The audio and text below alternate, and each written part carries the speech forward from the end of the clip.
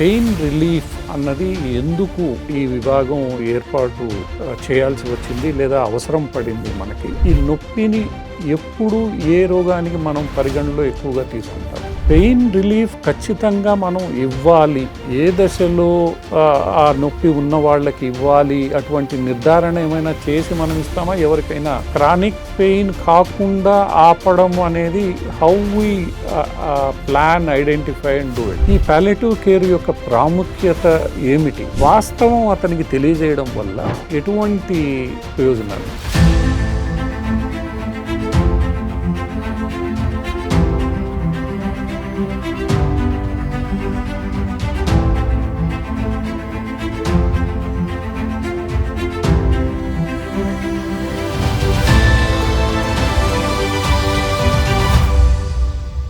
PMC ప్రేక్షకులకు స్వాగతం.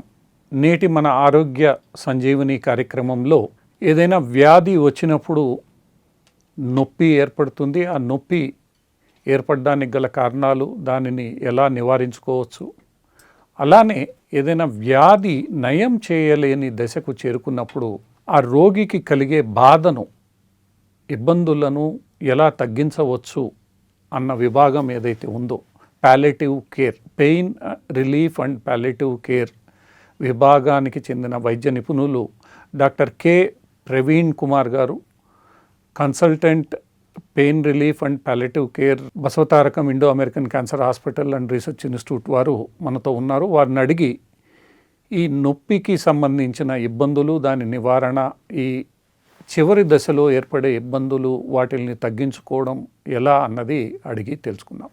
Doctor గారు నమస్కారం అండి. నమస్కారం అండి.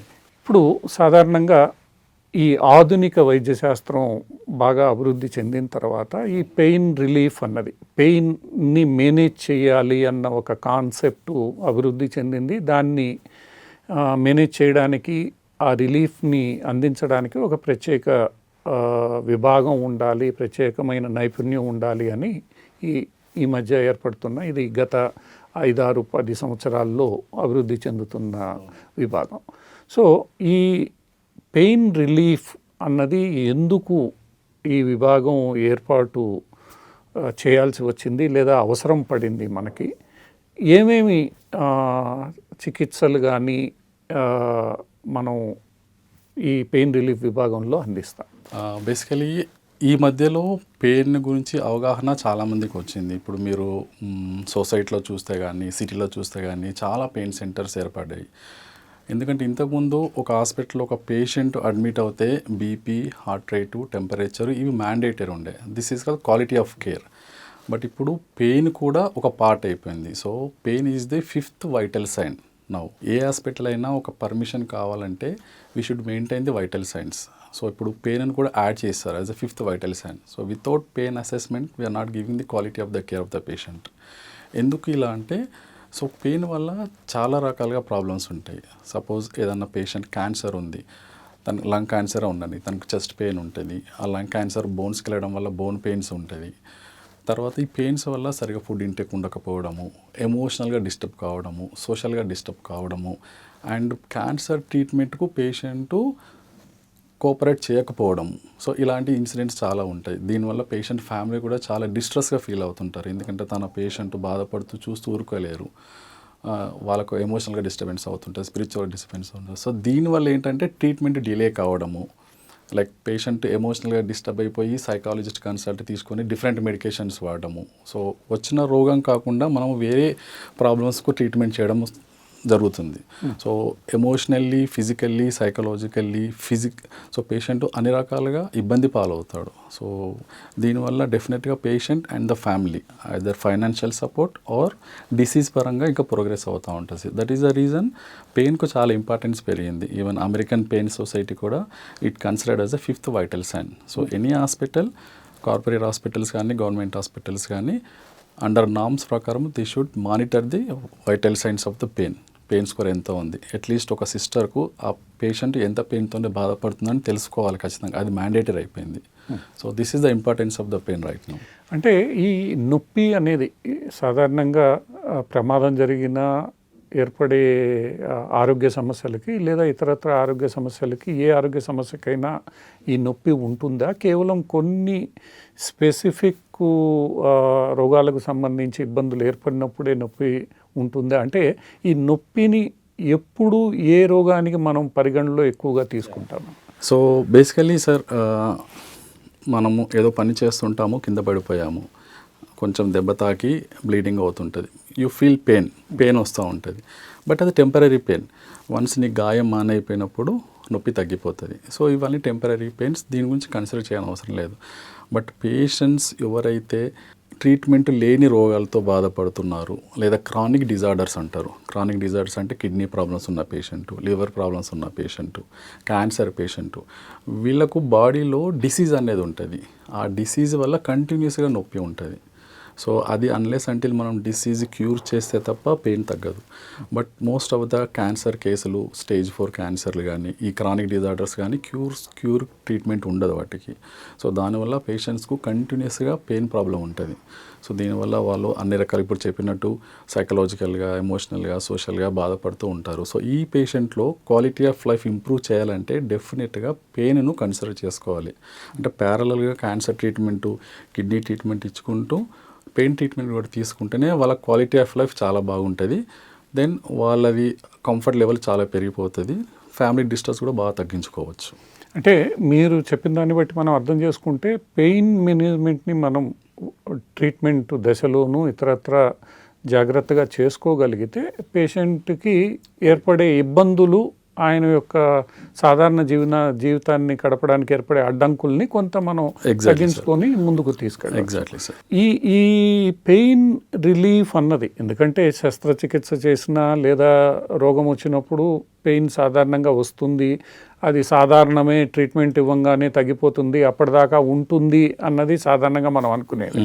కానీ పెయిన్ రిలీఫ్ ఖచ్చితంగా మనం ఇవ్వాలి, ఏ దశలో ఆ నొప్పి ఉన్న వాళ్ళకి ఇవ్వాలి, అటువంటి నిర్ధారణ ఏమైనా చేసి మనం ఇస్తామా ఎవరికైనా? దేర్ ఆర్ సమ్ స్కేల్స్ ఉంటాయండి. Suppose patient cancer stage 1, stage 2, stage 3 days 3 దశల్లో ఉన్నదనుకోండి. స్టేజ్ 1 కానీ, స్టేజ్ 2 కానీ, స్టేజ్ 3 కానీ. సో ఇలాంటి స్టేజ్ 3 వరకు పేషెంట్ యొక్క క్యాన్సర్ని మనం ట్రీట్ చేయగలుగుతాం, క్యూర్ చేయగలుగుతాం. బట్ ఆ క్యూర్ చేసే టైం వరకు పేషెంట్కు డిసీజ్ ఉంటుంది కాబట్టి కొంచెం పెయిన్ ఉంటుంది. సో ఆ పేషెంట్ మేము కొన్ని NRS స్కోర్ అని, న్యూమరికల్ రేటింగ్ స్కోర్ అని అడుగుతాం పేషెంట్స్కి, ఎంత నొప్పి ఉన్నది, ఎంత బాధపడుతున్నారు, దాన్ని బట్టి మేము అసెస్ చేస్తాం. పేషెంట్కు మైల్డ్ పెయిన్ ఉందా, మోడరేట్ పెయిన్ ఉందా, ఆర్ సివియర్ పెయిన్ ఉందా. మైల్డ్ పెయిన్ ఉన్నప్పుడు మైల్డ్ పెయిన్ సంబంధించిన మెడికేషన్స్ ఇస్తాము. మోడరేట్ పెయిన్ ఉన్నప్పుడు మోడరేట్ సంబంధించిన మెడికేషన్స్ ఇస్తాము. సివియర్ ఉంటే సివియర్ పెయిన్ మెడికేషన్ ఇస్తాము. తర్వాత రెగ్యులర్గా ఫాలోఅప్ చేస్తుంటాం పేషెంట్స్ను. In case patient disease chemotherapy వల్ల కానీ, సర్జరీ వల్ల కానీ, రేడియోథెరపీ వల్ల కానీ తగ్గింది అనుకోండి, దాని ప్రకారము వాళ్ళు రివ్యూకి వచ్చినప్పుడు డోసెస్ తగ్గించుకుంటూ వన్స్ ద పేషెంట్ డిసీజ్ మొత్తం తగ్గిపోయిన తర్వాత మెల్లగా ట్యాపరింగ్ చేసి ఆపేస్తాము.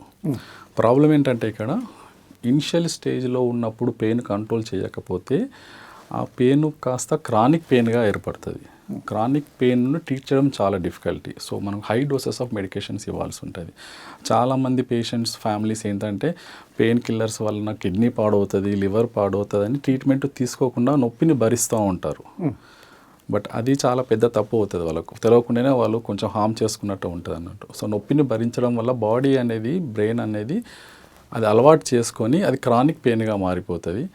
ఒకసారి సీవియర్ అయిన తర్వాత దాన్ని తగ్గించడం అనేది చాలా కష్టం అయిపోతుంది. సో అందుకోసమే మా medical oncology doctors, radiation oncology doctors initial స్టేజ్లో మా దగ్గరికి పంపిస్తారు. So basic pain killers, kidney, liver problems లేని పెయిన్ కిల్లర్స్ ఇచ్చేసి వాళ్ళ క్రానిక్ పెయిన్లోకి వెళ్ళకుండా మేము ప్రొటెక్ట్ చేస్తాం. అంటే ఇక్కడ క్రానిక్ పెయిన్కి వెళ్లకుండా ప్రొటెక్ట్ చేయడము, దాన్ని అడ్డుకోవడం అనేది ఒకటి. ఒకవేళ నాకు ఒకానొక సందర్భంలో ఒక ఆంకాలజిస్ట్తో నేను మాట్లాడుతుంటే ఎంత పెయిన్ ఉంటుంది ఒక క్యాన్సరు రోగికి అని అంటే, ఆయన నాకు సింపుల్గా చెప్పింది, తలుపు దీంట్లో మీరు చేయబెట్టి తలుపు వేస్తే మీకు ఎంత పెయిన్ వస్తుందో అంతకన్నా 4 రెట్లు ఉంటుంది అని అంటారు. అది పాపం ఆ రోగి చెప్పలేడు, బయట పెట్టలేడు. ఇందాక మీరన్నట్లు అతను ఎక్స్ప్రెస్ చేసిన ట్రీట్మెంట్ ఇస్తే కానీ తగ్గిపోదు, అప్పటిదాకా అంతే, నువ్వు భరించాల్సిందే అని చెప్పడము, ఇంకా దాన్ని చూసి కుటుంబ సభ్యులు ఇది కావడం. అంటే ఇది ఎట్లా అంటే క్రానిక్ పెయిన్ కాకుండా ఆపడం అనేది how we plan identify and do it? So basically sir awareness ఉండాలి ఇక్కడ బేసికలీ. పేషెంట్స్కు ఫ్యామిలీస్కు కొంచెం మినిమం ఎడ్యుకేషన్ ఉండాలి. అండ్ వాట్ ఈజ్ ఇప్పుడు క్యాన్సర్ సెటప్లో పెలియేటివ్ కేర్ అనేది ఏ సెటప్లోనే ఉండొచ్చండి, నాన్ క్యాన్సర్ పేషెంట్కు, క్యాన్సర్ పేషెంట్కు. క్రానిసిటీ అంటే క్రానిక్గా పెయిన్ ఎప్పటివరకు అంటే డిసీజ్ ఉన్నంత వరకు మనం డిసీజ్ ట్రీట్ చేస్తే ఆ పెయిన్ డెఫినెట్గా తగ్గిపోతుంది. బట్ కొన్ని పేషెంట్లు స్టేజ్ 4 పేషెంట్లు ఉన్నారు. సో లైఫ్ లాంగ్ డిసీజ్, అతను చనిపోయే వరకు డిసీజ్ ఉంటుంది. There is no treatment, only palliative options మాత్రమే ఉంటాయి. ఆ పేషెంట్లో డెఫినెట్గా పెయిన్ ఉంటుంది, అది క్రానిక్ పెయిన్గా డెఫినెట్గా డెవలప్ అయిపోతుంది. సో అలాంటి పేషెంట్స్ను డెఫినెట్గా మనము డిఫరెంట్ మెడికేషన్స్తో ట్రీట్ చేయాలి. సో ఒక ఆర్గనైజేషన్లో ఉన్న ప్రతి doctors like medical oncology doctor కానీ, ఫిజిషియన్ కానీ, లేకపోతే ఎండోక్రైనాలజిస్ట్ కానీ, they should have awareness of the what is palliative care అనే ఒక అవేర్నెస్ ఉంటే వాళ్ళు ఇంటిగ్రేట్ చేస్తారు. మాకు ఈ పేషెంట్ డెఫినెట్గా ముందు క్రానిక్ పెయిన్కి వెళ్ళిపోతాడు, ముందు సివియర్ పెయిన్ ఉంటుంది, డిసీజ్ అయితే ట్రీట్మెంట్కు లొంగదు. సో డెఫినెట్గా ఇతనికి ఫిజికల్ కానీ, ఎమోషనల్ కానీ, స్పిరిచువల్ కానీ చాలా ప్రాబ్లమ్స్ ఫేస్ చేస్తారు patient and family. So palliative care వాళ్ళతో ఇంటిగ్రేట్ చేస్తే అతని క్వాలిటీ ఆఫ్ లైఫ్ బెటర్గా ఉంటుంది. So we'll giving the more comfort, maximum ఎంతవరకు ఇవ్వాలి అంత కంఫర్ట్ ఇచ్చి will maintain the dignity of the patient. Because most of the patient ఇప్పుడు మీరు చెప్పినట్టు అవేర్నెస్ లేక ఒక పేషెంట్కు ఈ క్యాన్సర్కు ట్రీట్మెంట్ లేదు అనగానే ట్రీట్మెంట్ లేదని పేషెంట్ని ఇంటికి తీసుకెళ్ళి పడుకోబెడతారు, ఒక రూమ్లో పడుకోబెట్టి వాళ్ళ బంధువులు వీళ్ళ బంధువులు చూసి పరామర్శించి పోతారు. బట్ పేషెంట్ మీరు చెప్తున్నట్టు తలుపు సందులో చేతి పెడితే ఎంత అట్లా కాదండి. There are 4 types of pain: somatic pain, visceral pain, neuropathic pain. Advance stage డిసీజ్లో పేషెంట్స్కి ఎలా ఉంటుందంటే ఒక నైఫ్తోని బాడీని కట్ చేస్తే ఎలా పెయిన్ ఉంటుందో అంత సివియర్ అయిన పెయిన్ ఉంటుంది. సో ఇట్స్ వెరీ హారిబుల్, అంటే పేషెంట్ లిటరలీ నరకం చూస్తూ ఉంటారు. సో మనం డిసీజ్ గురించి ఏమీ చేయలేని స్టేజ్లో ఉంటాం. బట్ అట్లీస్ట్ పేషెంట్కు నొప్పి తగ్గి కొంచెం సైకలాజికల్గా సపోర్ట్ ఇచ్చి, ఎమోషనల్గా సపోర్ట్ ఇస్తే అతనికి డిగ్నిటీ మెయింటైన్ చేసినట్టు, అతనికి ఒక డిగ్నిఫైడ్ ఎండింగ్ ఇచ్చినట్టు. So this is called dignity of death అంటారండి. WHO సర్వే చేసేది అన్ని కంట్రీస్ డిగ్నిటీ ఆఫ్ డెత్ ఏ లెవెల్లో ఉంది ఏ కంట్రీకి అనేది. అవుట్ ఆఫ్ 70 కంట్రీస్లో మన 62 పొజిషన్ అండి, వెరీ లాస్ట్ పొజిషన్లో ఉన్నది. ఎందుకంటే ఇప్పుడున్న టెక్నాలజీ పెరిగింది, ఇన్సూరెన్స్ కంపెనీస్ పెరిగినాయి. సో ఫైనల్ స్టేజ్ 80 సంవత్సరాల పేషెంట్కు, 75 సంవత్సరాల పేషెంట్కు పెద్ద డిసీజ్ ఉన్నా కానీ ఐసీయూలో పెట్టేసి, వెంటిలేటర్స్ పెట్టి, డయాలసిస్ పెట్టి, 10 ఇంజెక్షన్లు ఇచ్చేసి, ఒక ఐసోలేటెడ్గా ప్లేస్ చేసేసి ఫైనల్ వరకు ట్రై చేస్తూ ఉన్నారు.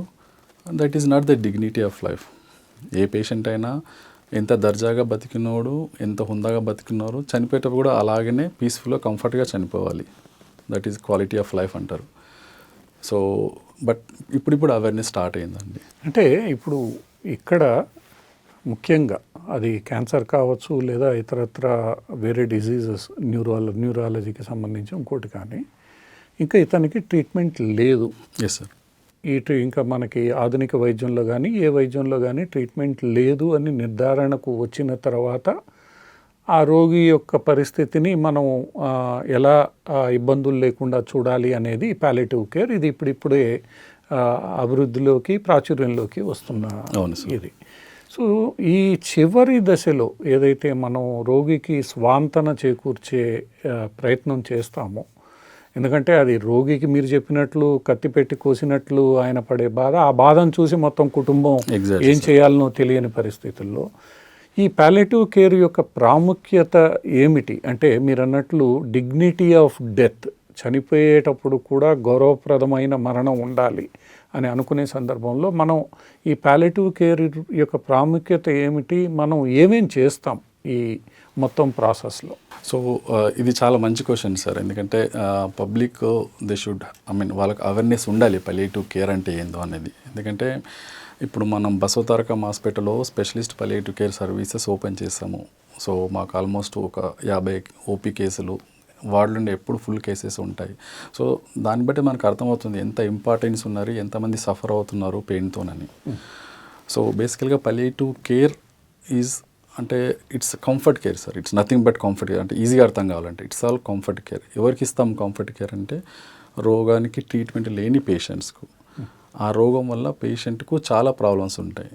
అంటే అందరికీ అర్థం కావాలంటే కార్సినోమా లంగ్, ఒక పేషెంట్ వచ్చారండి, వైఫ్, హస్బెండ్, పిల్లలు, తల్లిదండ్రులు ఉన్నారు. హస్బెండ్కు క్యాన్సర్ వచ్చింది, లంగ్ క్యాన్సర్ వచ్చింది, స్టేజ్ 4 అని చెప్పారు, ఏం ట్రీట్మెంట్ చేయలేమని చెప్పారు క్యాన్సర్ డాక్టర్స్. సో ఆ పేషెంట్కు లంగ్స్ స్టేజ్ 4 ఉంది కాబట్టి తినడానికి ప్రాబ్లము, బట్టలు వేసుకోవడానికి ప్రాబ్లము, స్నానం చేయడానికి ప్రాబ్లము, ఎందుకంటే బ్రీతింగ్ ప్రాబ్లం చాలా వస్తూ ఉంటుంది అండ్ చెస్ట్ పెయిన్ వస్తూ ఉంటుంది. ఆ లంగ్ క్యాన్సర్ బోన్స్ స్ప్రెడ్ అయి ఉంటుంది, సో బోన్స్ పెయిన్ ప్రాబ్లమ్స్ వస్తూ ఉంటుంది. సో తను 24 గంటలు ఆ పెయిన్తో సఫర్ అవుతూ ఉంటాడు, మాట్లాడలేని పొజిషను, నిద్రపోలేని పొజిషను, ఆకలి కాదు, వీక్నెస్ అవుతూ ఉంటుంది. సో ఫిజికల్ పెయిన్ ఉంటుంది, ప్లస్ ఆ పరిస్థితి కావడం వల్ల ఆ పేషెంట్ ఏం చేస్తాడు, ఎమోషనల్గా డిప్రెషన్కు లోనవుతాడు, యాంగ్జైటీకి లోనవుతాడు, సూసైడల్ టెండెన్సీస్ కూడా వస్తూ ఉంటాయి. ఎందుకంటే ఈజ్ ద పర్సన్, ఆ పేషెంట్కు బ్రెడ్ విన్నర్, అంటే ఫ్యామిలీ పోషించే పర్సన్ అతను. దాంతోపాటు సైకలాజికల్ ఇష్యూస్ ఉంటాయి, నా ఫ్యామిలీ ఎలా బతుకుతారు, ఫ్యూచర్ ఏముంటుందని, తర్వాత దేవుడా నాకెందుకు ఇచ్చావు ప్రాబ్లమ్స్, నేనేం తప్పు చేశానని స్పిరిచువల్ ప్రాబ్లమ్స్. సో పేషెంట్కు ఓన్లీ పెయిన్ గురించే కాదండి, అతనికి ఎమోషనల్ ప్రాబ్లమ్స్ ఉంటాయి, స్పిరిచువల్ ప్రాబ్లమ్స్ ఉంటాయి, సైకలాజికల్ ప్రాబ్లమ్స్ ఉంటాయి. ఇవన్నీ అడ్రస్ చేయాలి. అడ్రస్ చేయాలంటే వీఆర్ ద టీమ్. పాలియేటివ్ కేర్లో కన్సల్టెంట్స్, పాలియేటివ్ కేర్ ఫిజిషియన్ ఉంటారు, సైకాలజిస్ట్ ఉంటాడు, సోషల్ వర్కర్ ఉంటాడు, మేము ఫిజియోథెరపిస్ట్ వాళ్ళతోని, డైటీషియన్ వాళ్ళతోని అందరితో అలైన్ అయి ఉంటాము. అలైన్ అయి ఉండి పెయిన్కి సంబంధించిన మెడికేషన్స్ మేము ఇచ్చి మా సైకాలజిస్ట్తో పేషెంట్తో మాట్లాడుతున్నాం. అసలు పేషెంట్ ఏం ఆలోచిస్తున్నాడు, సైకలాజికల్గా ఏ స్టేజ్లో ఉన్నాడు, అతను డిప్రెషన్కి వెళ్ళే ప్రాబ్లం ఉందా, లేదా సూసైడల్ టెండెన్సీ ఉన్నాయా అని ఆలోచించి పేషెంట్కు అన్ని రకాలుగా. సో ఇక్కడ టోటల్ పెయిన్ కాన్సెప్ట్ అండి. సో బయట ఉండే పెయిన్ క్లినిక్స్ ఏంటి, నొప్పి వచ్చిందా ట్యాబ్లెట్లు ఇచ్చి పంపిస్తారు, ఓన్లీ ఫిజికల్ పెయిన్. కానీ ఇక్కడ మేము టోటల్ పెయిన్ మీద కాన్సన్ట్రేట్ చేస్తాము. Spiritual pain, social pain, psychological pain and physical pain. So total pain చేస్తే పేషెంట్కు ఆ డిసీజ్ గురించి అర్థం చేపిస్తాము. సో మీరు అన్నట్టు పేషెంట్ ఫ్యామిలీ కూడా సేమ్ పేషెంట్ లాగానే బాధపడుతుంటారు. సో వాళ్ళకి ఎడ్యుకేట్ చేస్తాము. సో మా aim is patient centred and the family centred. So we are not disease centre. Disease గురించి మేము వరీ కాము, ఎందుకంటే ప్రైమరీ డాక్టర్స్ డిసీజ్ గురించి ట్రీట్మెంట్ లేదని చెప్పారు. సో డిసీజ్ గురించి మేము ఏమీ చేయమండి, only will concentrate on the patient and the family. So ఫ్యామిలీకి ఎడ్యుకేట్ చేస్తాము, వాళ్ళకి తెలిసిన లాంగ్వేజ్లో, వాళ్ళకి అర్థమైన లాంగ్వేజ్లో, మీ పేషెంట్కు ఇలాంటి పరిస్థితి ఉంది, ఈ స్టేజ్ 4 డిజీజ్లో ఉంది, దీనికి ట్రీట్మెంట్ లేదు, ముందు ముందు ఇట్లాంటి ప్రాబ్లమ్స్ వస్తాయి, బట్ మేము మీకున్నాము, ఇబ్బంది లేకుండా ప్రశాంతంగా ఒక గౌరవప్రదమైన ఎండింగ్ ఇస్తాము అని మేము చెప్పి వాళ్ళకు రియాలిటీని యాక్సెప్ట్ చేస్తాం. అంటే రియలిస్టిక్ గోల్స్ అంటారు వాటిని. ఆ పేషెంట్ తగ్గిపోతుంది, మంచిగా అవుతారు అలా చెప్పము, ఎందుకంటే చెప్పే సిచ్యువేషన్ కాదు అది. సో పేషెంట్ ఎడ్యుకేషన్ చెప్పి కేర్ గివర్ బర్డెన్ అంటారు దాన్ని, కేర్ గివర్ బర్డెన్ తగ్గిస్తాము. ఇవన్నీ కాకుండా పాలియేటివ్ కేర్ టీమ్ ఏం చేస్తుంటే ఆ పేషెంట్ చనిపోయిన తర్వాత కూడా వాళ్ళకి కాల్ చేస్తాము.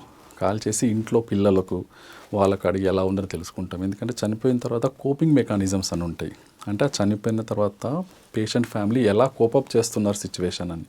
నార్మల్గా కోపప్ చేస్తే వెల్ అండ్ గుడ్, బట్ కొందరు టీనేజర్స్ ఉంటారు, తండ్రి చనిపోయింది అని చెప్పేసి వాళ్ళు ఎక్కువ ఆలోచించి యాంగ్జైటీ, డిప్రెషన్కి వెళ్ళిపోయి వాళ్ళ కెరీర్ మొత్తం పాడు చేసుకుంటారు. సో అలాంటి వాళ్ళని ఐడెంటిఫై చేసి సైకాలజిస్ట్కు, సైకియాట్రిస్ట్కి కన్సల్ట్ చేపిస్తాం. సో చనిపోయిన తర్వాత కూడా పేషెంట్ను ఫాలో చేసి బిరీవ్మెంట్ సపోర్ట్ అంటాం. సో ఫ్యామిలీలో సైకలాజికల్ ఇష్యూస్ కానీ అవన్నీ సాల్వ్ చేస్తాం. So it's a holistic approach of total pain towards the patient, towards the family and beyond the death of the patient. So this is our aim. అంటే ఇది కేవలం మనం క్యాన్సర్కే ఎక్కువ, అంటే క్యాన్సర్ రోగుల్లోనే ఈ చికిత్స ఎక్కువ అందించడం జరుగుతుందా, మిగతా వేరే డిజీజెస్లో కూడా ఇలాంటి చాలా మంచి క్వశ్చన్ సార్. క్యాన్సర్ ఎందుకు ఎగ్జాంపుల్ చెప్తున్నానంటే అది ఈజీగా అర్థమవుతుందని. అండ్ క్యాన్సర్ పేషెంట్స్కు చాలా పెయిన్స్, ప్రాబ్లమ్స్ చాలా ఉంటాయి, but palliative care is for all the chronic disorders sir. Like మీరు అన్నట్టు న్యూరాలజికల్ ప్రాబ్లమ్స్, డిమెన్షియా పేషెంట్స్ ఉంటారు, 85-86 ఇయర్స్ ఉంటారు, వాళ్ళకి పెద్ద ట్రీట్మెంట్ ఏమి ఉండదు. సో వాళ్ళకు చాలా ప్రాబ్లమ్స్ ఉంటాయి, వాళ్ళకి సపోర్ట్ చేయాలి, వాళ్ళకు నర్సింగ్ కేర్ చేయాలి, వాళ్ళకు ఎలా ఉండాలి, ఎలా ఫీడ్ చేయాలి అని ఫ్యామిలీకి సపోర్ట్ చేయడము. మల్టిపుల్ స్క్లెరోసిస్ అనే బ్రెయిన్ ప్రాబ్లమ్స్ ఉంటాయి. తర్వాత liver failure patients, kidney failure patient last స్టేజ్లో ఉంటారు, ఎవ్రీడే డయాలిసిస్ తీసుకుంటూ ఉంటారు, డయాలిసిస్ తీసుకోకపోతే చనిపోయే స్టేజ్లో ఉంటారు. సో వాళ్ళకు కూడా చాలా ప్రాబ్లమ్స్ ఉంటాయి, డయాలిసిస్ వల్ల చాలా పెయిన్స్ ఉంటాయి, రక్తం తగ్గుతూ ఉంటుంది, బ్రీతింగ్ ప్రాబ్లమ్స్ ఉంటాయి, వీక్నెస్ ఉంటాయి. సో ఫ్యామిలీకి కూడా సపోర్ట్ చేస్తాము. సో ఫ్యామిలీకి ఎడ్యుకేట్ చేస్తాము, పేషెంట్కి ఎడ్యుకేట్ చేస్తాము, కొన్ని మెడికేషన్స్ ఇచ్చి will make their life more comfortable. And వాళ్ళకు కూడా డిసీజ్ గురించి ఎక్స్ప్లెయిన్ చేస్తాము. ఇన్నిసార్లు డయాలసిస్ చేస్తున్నారు, బట్ ఎప్పుడో ఒకసారి పేషెంట్కు రిస్క్ అయ్యే అవకాశం ఉంది. సో మెంటల్గా ప్రిపేర్ చేస్తాం. మేము చూసామండి చాలా పేషెంట్లు ఎండ్ స్టేజ్ డిసీజ్ వచ్చిన తర్వాత పాపం వాళ్ళకి తెలియకుండా భూములు ఆస్తులు అన్నీ అమ్ముకొని 4th స్టేజ్లో కూడా వేరే ట్రీట్మెంట్ తీసుకొని పేషెంట్ చనిపోతారు, దాంతోపాటు ఆస్తులు కూడా పోయి రోడ్డు మీద పడే పేషెంట్ చాలామంది వచ్చారు. సో అలాంటి పేషెంట్లను మనం చెప్పేసి స్టేజ్ 4 డిసీజు మనకు ఏమీ చేయలేని పరిస్థితి, కంఫర్ట్ కేర్ ఇద్దాము అని చెప్తే వాళ్ళకు ఒక రకంగా మనం హెల్ప్ చేసినట్టు ఉంటుంది, వాళ్ళ ఫ్యామిలీకి కానీ పిల్లలకి కానీ హెల్ప్ చేసినట్టు ఉంటుంది. మీరు ఇందాక ఒక మాట చెప్పినట్లు ఫ్యామిలీకి పేషెంట్కి ఒక అవేర్నెస్ క్రియేట్ చేయాలి. అన్నెసరీ స్పెండింగ్ లేకపోవడం, అన్నెసరీగా రోగి శరీరాన్ని ఇబ్బంది పెట్టకపోవడం, ఏవో మందులు ఇచ్చేసి ఏదో జరుగుతుందన్న ఆశతో చివరికి జరగకపోవడం, ఇటువంటివి సాధారణంగా ఏమవుతుందంటే కొన్ని సందర్భాల్లో నేను గమనించింది, పేషెంట్లు చివరి నిమిషం వరకు నేనేదో చెయ్యాలి అని తపన పడుతూ ఉంటాడు. ఒకవేళ నేను చేయలేకపోయానే అన్న బాధ పడుతూ ఉంటాడు. కొన్ని సందర్భాల్లో రకరకాల కారణాల చేత చేయలేకపోవడం వల్ల. అటువంటి వాళ్ళకి మనం ఎక్స్ప్లెయిన్ చేయడం వల్ల, వాళ్ళకి ఇది చేసినందువల్ల, అంటే వాళ్ళకి అవేర్నెస్ క్రియేట్ చేసినందువల్ల ఎటువంటి లాభాలు ఉండే అవకాశం ఉంది. అంటే కొంతమంది ఎమోషనల్గా నా తండ్రి చివరి వరకు నేను చెయ్యాలి అనుకుంటాడు, నేను అన్ని ఆప్షన్లు ఉపయోగించాలి అనుకుంటాడు. కానీ వాస్తవం అతనికి తెలియజేయడం వల్ల ఎటువంటి ప్రయోజనాలు ఉంటాయి? సో డెఫినెట్గా సార్. సో బేసికల్గా మీరు అన్న సినారియోస్ మేము ఐసీయూలో చూస్తుంటాం సార్. ఇప్పుడు most of the educated families, well economical families ఏంటంటే వీ హ్యావ్ మా డాడీ మాకు సంపాదించాడు, వీ హ్యావ్ ఫండ్స్ చాలా ఉన్నాయి, లాస్ట్ వరకు ప్రయత్నం చేద్దాం సార్, చివరి వరకు ప్రయత్నం చేద్దామని చాలా పేషెంట్లు వస్తారు, ఐసీయూలోకి వస్తారు. మాకు ప్రైమరీ డాక్టర్స్, మెడికల్ డాక్టర్స్ ఏమీ చేసేలేదని చెప్తారు. ఆ టైంలో మాకు కాల్ చేస్తారు. సో పేషెంట్ ఫ్యామిలీ ఉద్దేశం మంచిదే ఉంటుంది, అంటే తన పేషెంట్ బతికి బయటకు వస్తే హ్యాపీగా ఉండాలని వస్తుంది. సో వాళ్ళకి మేము కౌన్సిలింగ్ చేస్తాము. సో ఏంటిది ప్రాబ్లం, ఏంటి, నువ్వు ఐసీయూలో పెట్టడం వల్ల ప్రాబ్లం ఏంటి, ఒకవేళ బతికినా కానీ ఎలా ఉంటుంది లైఫ్, బెడ్ మీద పడుకోవడము, కనీసం చుట్టుపక్కల ఏమవుతుందో కూడా పేషెంట్కి తెలియదు, ఎవరిని రికగ్నైజ్ చేసే పరిస్థితిలో ఉండడు, ఫుడ్ తీసుకోడు, నిద్ర ఉండదు, మల్టిపుల్ మెడికేషన్స్ వెళ్తూ ఉంటుంది. సో అలా గ్రాడ్యువల్గా ఒక కౌన్సిలింగ్లో పేషెంట్ మారడం అనేది చాలా కష్టం అండి. డైలీ ఎక్స్ప్లెయిన్ చేసి తర్వాత పేషెంట్కి అప్పుడు అర్థమవుతుంది, okay this is not the quality of life, so quantity is not matter, quality important అని ఒక ఐడియాకి వచ్చిన తర్వాత వాళ్ళు పాలియేటివ్ కేర్కి మోర్ అవుతారు. ఇలా చేయడం వల్ల ఏమవుతుందంటే మనము హాస్పిటల్ రిసోర్సెస్ను ఎఫిషియెంట్గా యూస్ చేసుకోవచ్చు. అది మోస్ట్ ఇంపార్టెంట్ థింగ్. అదే బెడ్లో ఒక స్టేజ్ 1, స్టేజ్ 2 పేషెంట్ వచ్చారనుకోండి, వాళ్ళకి బెనిఫిట్ అవుతుంది. హాస్పిటల్, ఒక organisation financial stability and the patient family financial stability sir ఇక్కడ. సో ఫైనాన్స్ పేషెంట్ ఆ ఐసీయూలో ఒక 10 రోజులు ఉండడం వల్ల ఎంత ఖర్చు అవుతుందో మన అందరికీ తెలుసు.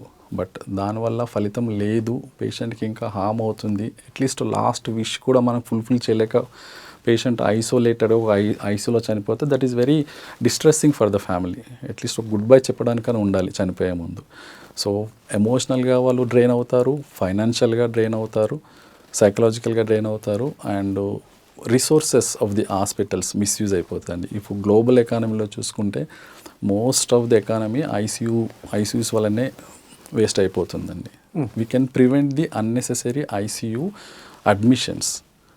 అంటే ఇండైరెక్ట్గా మనం సొసైటీ, ఒక కంట్రీ, ఒక ఎకానమీని కూడా డెవలప్ చేసుకోవచ్చు if we using the palliative care and appropriate decision for the appropriate cause. అంటే ఇది ఒక టఫ్ డెసిషన్ హాస్పిటల్స్కి కానీ, డాక్టర్స్కి కానీ, పేషెంట్స్కి కానీ, వీళ్ళకి కానీ. ఇక్కడ ఇంకొక ప్రశ్న ఏమొస్తుందంటే, అంటే మనం ఇది గట్టిగా మాట్లాడితే హాస్పిటల్స్ మీద మాట్లాడుతున్నారనే భావన వస్తుంది. కాకపోతే ఇంకొక సినారియో పేషెంట్కి ఎలా ఉంటుందంటే, మనం అన్నీ ఇస్తాము, పేషెంట్ని ఇంటికి తీసుకెళ్ళిపోమని చెప్తాము. ఏదైనా ఇబ్బంది వచ్చినప్పుడు మళ్ళీ పేషెంట్ కన్నా కూడా కుటుంబ సభ్యుల్లో కంగారు పడడం, హాస్పిటల్కి తీసుకెళ్ళడం, డాక్టర్ అందుబాటులోకి లేకపోవడం అనేది ఉంటుంది. సో అటువంటి సినారియోస్లో ఇప్పుడు మనం మెడికేషన్ ఇచ్చేటప్పుడు మనం వాళ్ళకి ఏం హెల్ప్ చేస్తాం? సో ఇలాంటి పేషెంట్లు ఉన్నప్పుడు జనరల్గా మేము ఏం చేస్తామంటే సార్, అక్యూట్ సిమ్టమ్స్ అంటే పెయిన్స్ చాలా ఎక్కువ ఉన్నాయి, బ్రీతింగ్ ప్రాబ్లమ్స్ కానీ వాంతులు కానీ చాలా ఎక్కువ ఉంది, వాళ్ళ ఇంటి దగ్గర మేనేజ్ చేయలేని పరిస్థితి ఉన్నప్పుడు మేము అడ్మిట్ చేసుకుంటాం. We have a separate palliative care departments.